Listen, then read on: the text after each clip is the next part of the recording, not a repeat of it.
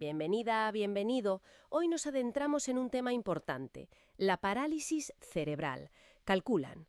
Para empezar un dato, en España más o menos 2 de cada 1000 recién nacidos vivos la presentan.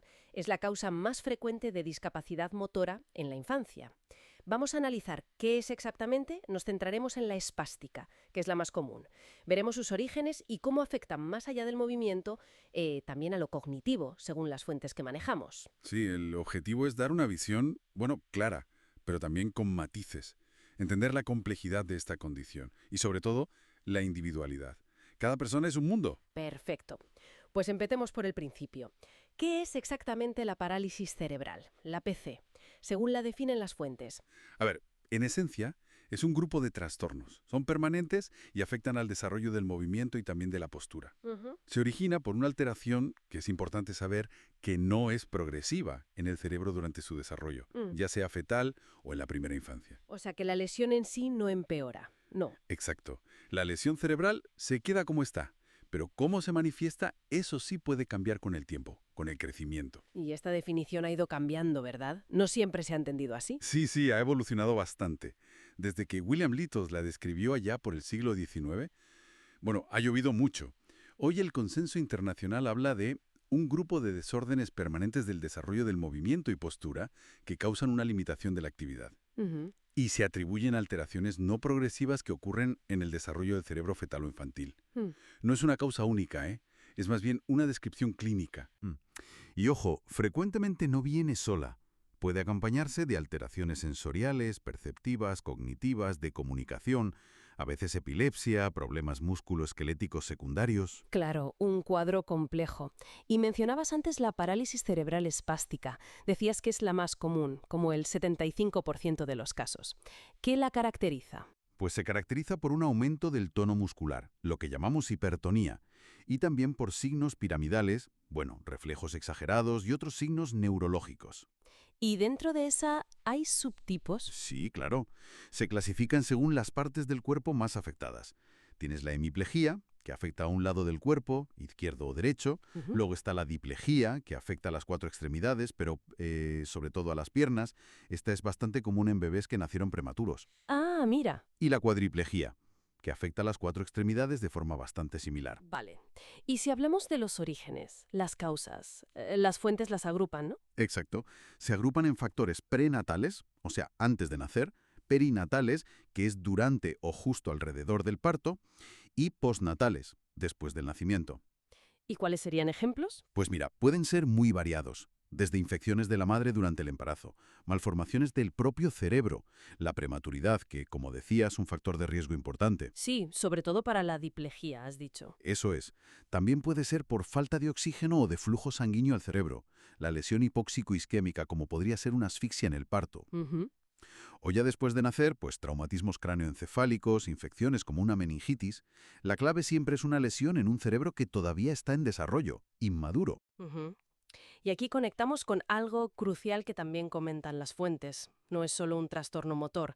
Mencionabas otras condiciones asociadas. Ujú. Sí, es fundamental tenerlo en cuenta. Las cifras varían un poco según los estudios, pero bueno, se estima que entre un 35% y un 62%, más o menos, pueden tener epilepsia. Ujú. Y un porcentaje también significativo, quizás entre el 40 y el 70%, puede presentar algún grado de discapacidad intelectual. Vaya. Y además, pueden existir alteraciones visuales, auditivas, problemas de comunicación. Es decir, el impacto puede ser muy amplio. Pero, y esto me parece interesante, en lo cognitivo las fuentes también dicen que no hay una regla fija, que es muy variable, ¿cierto? Totalmente cierto. Es un punto muy importante. Se calcula que aproximadamente la mitad de las personas con PC pueden tener alguna dificultad cognitiva, sí. Pero la variabilidad es enorme. ¿En qué área suele haber más dificultad? Pues, a ver, algunas funciones pueden ser más vulnerables. Por ejemplo, las funciones ejecutivas. Planificar, organizar, controlar impulsos, la flexibilidad mental. Ujú. La atención también, sobre todo la atención sostenida y la dividida. El lenguaje, tanto comprender como expresarse, y la memoria, también pueden verse afectadas en algunos casos. Pero no siempre. No, no siempre. Y esto es lo llamativo. Puedes encontrar casos con una afectación motora muy severa y sin embargo sus capacidades de razonamiento están perfectamente dentro de la normalidad. Ya. Aquí juega un papel la plasticidad del cerebro joven, esa capacidad increíble que tiene para reorganizarse después de una lesión, sobre todo si la lesión afecta solo a un hemisferio. Funciones como el lenguaje a veces pueden, reorganizarse en el otro lado. Ujú. Entonces, si tuviéramos que sacar una idea central de todo esto que comentan las fuentes, sería la individualidad, ¿no? Que cada persona es única. Exactamente. No hay dos casos de parálisis cerebral iguales. Cada persona tiene sus propias capacidades, sus propios retos. Ujú. Y por eso, la valoración tiene que ser súper exhaustiva, muy detallada. Y el plan de tratamiento y apoyo, pues totalmente personalizado. Y multidisciplinar, claro. Sí. ¿Qué tipo de intervenciones se suelen usar? Pues un abanico muy amplio. Desde fisioterapia, con métodos específicos como Bobat o Boizta, tratamientos para controlar la espasticidad como la toxina botulínica, hasta cirugía ortopédica o incluso neurocirugía en casos muy concretos, como la risotomía dorsal selectiva. Y por supuesto todo tipo de ayudas técnicas, tecnología de apoyo. Ujú. Claro, un enfoque global. Y creo que es vital recordar algo que las fuentes subrayan. Esta condición es consecuencia de algo que ocurrió durante el desarrollo del cerebro. No es culpa de la persona. Fundamental. No es algo elegido, no es algo buscado. Es el resultado de un evento temprano. Y por eso el enfoque debe estar en entender qué necesita y qué puede hacer cada persona, ¿no? Más allá de etiquetas o de prejuicios sociales que a veces existen. Totalmente. Hay que mirar a la persona, a sus capacidades y a sus necesidades específicas. Así que, resumiendo un poco, la parálisis cerebral es un término paraguas. Engloba trastornos permanentes del movimiento y la postura. La causa, una lesión temprana, no progresiva, en el cerebro. Ujú. La forma espástica es la más frecuente. Las causas son múltiples, prenatales, perinatales como la prematuridad o la falta de oxígeno, postnatales, y las alteraciones cognitivas y otras condiciones asociadas son comunes, pero, insisto, con una variabilidad individual enorme. Y todo esto nos deja pensando. Sí, quizás una reflexión final. Si pensamos en la increíble plasticidad del cerebro en desarrollo y en esta heterogeneidad tan grande que vemos en la PC, ¿cómo podrían los avances en investigación y las intervenciones que son cada vez más personalizadas seguir transformando el potencial y, los resultados, la calidad de vida de las personas diagnosticadas en el futuro? Es algo en lo que pensar. Ujú. Bueno, hoy queríamos meternos a fondo en un tema, bastante extendido, ¿no? Y que tiene un impacto tremendo. Cómo se infantiliza a las personas adultas con parálisis cerebral. Exacto. Hemos estado mirando testimonios, informes de Aspacen, artículos, y la idea es entender por qué pasa esto. Porque la sociedad, muchas veces por desconocimiento, los trata diferente. Como si no fueran adultos. Eso es. Hay una frase de Ignacio Nieva que me parece muy potente. No somos ni niños de 5 años ni campeones. Claro. Y ojo al dato de Aspace. Casi un 11% de las veces que no se respetan sus derechos es por esta actitud, por verlos como niños. Es que esa falta de conocimiento es clave. Para situarnos un poco, la parálisis cerebral, la APC, es lo que llaman una pluridiscapacidad. Ajá, Afecta sobre todo a lo motor, pero puede haber más cosas. En España son unas 120.000 personas, según Aspace. vale. Y la infantilización, pues es eso, tratar a un adulto como a un niño, ignorar su autonomía, dar por hecho que es dependiente, vulnerable o incluso asexual, ¿no?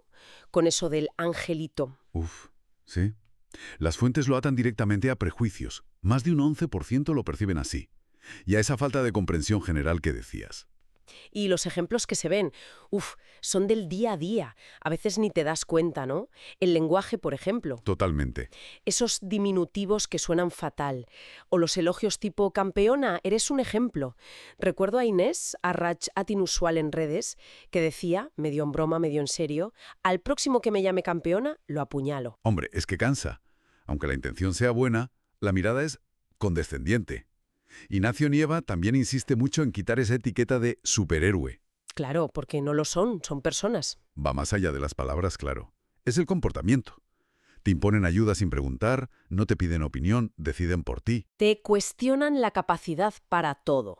O te sobreprotegen hasta ahogarte. Ay, casos duros, ¿eh? Marina, que la dejaron fuera del teatro del cole porque limitaba. O Cristina, que no pudo ir a la presentación de un libro porque era en un sótano sin acceso. Y nadie buscó una alternativa. Es no verlos como iguales, directamente. Exacto. Y claro, estas cositas sumadas crean unas barreras enormes. La falta de accesibilidad es un clásico en las quejas. Constante. Ignacio Nieva contaba que muchos jóvenes con PC ni salen de fiesta, por miedo al rechazo, a esos prejuicios. Y las cifras son las que son. Nieva habla de un 34% de empleo solo. También faltan apoyos educativos adecuados. Todo suma para la exclusión. ¿Y las consecuencias de todo esto? Pues graves. Primero, te quitan poder. Si te tratan como un niño, no decides sobre tu vida. Lo dice Aspace. Claro. Segundo, se vulneran derechos básicos, privacidad, participación social, autonomía, incluso la salud sexual. Y aquí, ojo, las mujeres con PC lo tienen doblemente difícil. Más barreras, más vulnerabilidad. Y esto llega a tener consecuencias legales, porque Aspace lo relaciona mucho con las incapacitaciones judiciales. Absolutamente, es alarmante. Un 38,4% de personas con PC están incapacitadas judicialmente. Que significa que un juez les ha quitado la capacidad de decidir Exacto. sobre su dinero, contratos, dónde vivir, legalmente como menores. Y lo peor es que Aspace dice que la mitad tienen plena capacidad intelectual. ¿La mitad? Pero esa visión infantilizadora, ese desconocimiento, lleva a estas incapacitaciones que no harían falta. Les quitan derechos civiles. Y además, la autoestima. Por los suelos, claro. Lo apunta Aspace Madrid. Pero frente a esto también hay gente que planta cara, ¿no? Me acuerdo de Manuel Rodríguez y Francisco Javier Román en Andalucía contando su lucha por ser independientes desde críos. Sí. O Alex Roca, ¿no? Que ha roto barreras físicas, pero sobre todo mentales, las que le ponía la sociedad. Son la prueba de que la capacidad está ahí. Y además de las historias personales, hay movimientos. La Red Desiguales de Aspace Madrid para que conozcan y exijan sus derechos. Ajá. O la insistencia de Nieva. Hay que educar en diversidad desde pequeños. Y pedir alternativas a la incapacitación total, como el acompañamiento o la curatela, que apoyan decisiones concretas pero no te anula. Claro, no es todo o nada. Eso es. Incluso la resistencia de gente como Inés en redes. Ese mensaje de no quiero aplausos, quiero respeto como adulta. Es potente. El mensaje de fondo es sencillo, pero hay que oírlo. Tratar a los adultos con PC como adultos. Punto. Centrarse en lo que sí pueden. Exacto. Respetar su autonomía, su derecho a decidir, incluso a equivocarse. Verlos como personas activas, ciudadanos, consumidores. Que la inclusión real no son solo rampas. Claro. Es un cambio de chip. Nuestro. De la sociedad. Conocerlos, respetarlos. Esta infantilización viene del desconocimiento de los prejuicios, pero hace daño de verdad. Vulnera derechos, limita vidas. Tenemos que cambiar la mirada, tratarlos con respeto, como adultos autónomos. Y quizás para terminar, una pregunta para darle vueltas, ¿no? ¿Cuánto de esto viene de nuestra propia incomodidad con la diversidad? De querer simplificar, poner etiquetas para no sentirnos raros. Buena pregunta. ¿Y si en vez de suponer, escuchamos de verdad?